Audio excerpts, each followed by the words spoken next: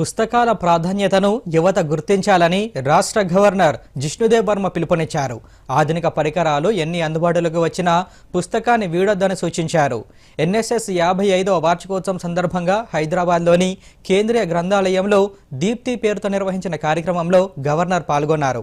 ఈ సందర్భంగా వారు మాట్లాడుతూ ఎంతో మంది గ్రంథాలయాల్లోనే చదివి పోటీ పరీక్షల్లో ఉత్తీర్ణులయ్యారని, ప్రస్తుతం ఉన్నత స్థానాల్లో ఉన్నారని గుర్తు చేశారు. గ్రంథాలయాల్లో మరిన్ని సదుపాయాలు కల్పించాలని సూచించారు.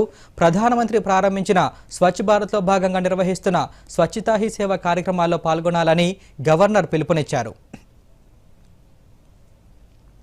ఈ కార్యక్రమంలో పాల్గొన్న రాష్ట్ర విద్యాశాఖ కార్యదర్శి బుర్రా వెంకటేష్ మాట్లాడుతూ ఎన్ఎస్ఎస్ ఆవిర్భావం రోజున సేవా కార్యక్రమాలు, మొక్కలు నాటడం వంటివే కాకుండా గ్రంథాలయాలు ఆవిర్భావ వేడుకలు నిర్వహించడం బాగుందన్నారు. రాష్ట్ర గ్రంథాలయాల సంస్థ చైర్మన్ రియాజ్ మాట్లాడుతూ గ్రంథాలయాల అభివృద్ధిపై రాష్ట్ర ప్రభుత్వం ప్రత్యేక దృష్టి సారించిందని తెలిపారు.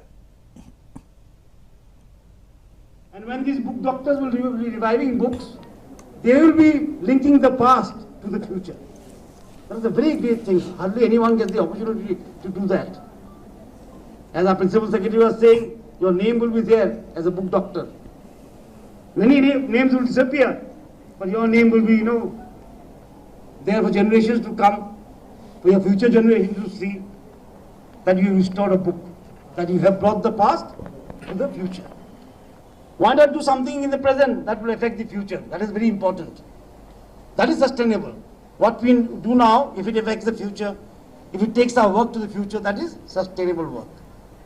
Today we are talking about SDG, Sustainable Development Goals. So this book doctor concept is also Sustainable Development Goal. It is sustainable. So 1891 లో మొదలైన ఈ లైబ్రరీ ఇంకా కొన్ని వందల సంవత్సరాల పాటు ఇంకా ఉండబోతుంది. సో అలాంటి ఒక దేవాలయం లాంటి it's a temple of learning. Temples of Goddess Saraswati alone. Temples of learning are the libraries. So you should see these temples of learning are protected, preserved and kept in good position.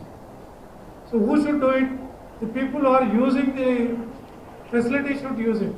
It should protect it. If the people who are using it are not caring for it, then who else can do it? So the first and foremost person who should take care, who should have kind of pride, privilege, honor is the student. First person who should have that kind of interest in library is the student. దీని ఉద్దేశం ఏంటంటే తెలంగాణ రాష్ట్రము ఒకప్పుడు హైదరాబాద్ రాష్ట్రంగా ఉండేది. ఇక్కడ నిజాం వ్యతిరేక పోరాటాలు కానీ, ప్రజాస్వామ్య ఉద్యమాలు కానీ గ్రంథాలయాలు సృష్టించిన ఒక చైతన్యం ఫలితంగానే వచ్చాయి. కాబట్టి తెలంగాణ గ్రంథాలయాలకి మళ్ళీ పునరుద్ధరణ జరిగి మరో గ్రంథాలయ ఉద్యమం జరగాలనుకున్నప్పుడు గ్రంథాలయాల వైపుగా ఈరోజు డ్రగ్స్కి, అట్లాగే మాదక ద్రవ్యాలకి, లేదా పూర్తిగా సెల్ ఫోన్ టెక్నాలజీకి మాత్రమే పరిమితమైన యూత్ని పుస్తకాల వైపు నడిపించేందుకు మేము గ్రంథాలయ దీప్తి అనే కార్యక్రమాన్ని ఈరోజు తెలంగాణ రాష్ట్ర కేంద్ర గ్రంథాలయం స్టేట్ సెంట్రల్ లైబ్రరీలో ఆరంభించాం.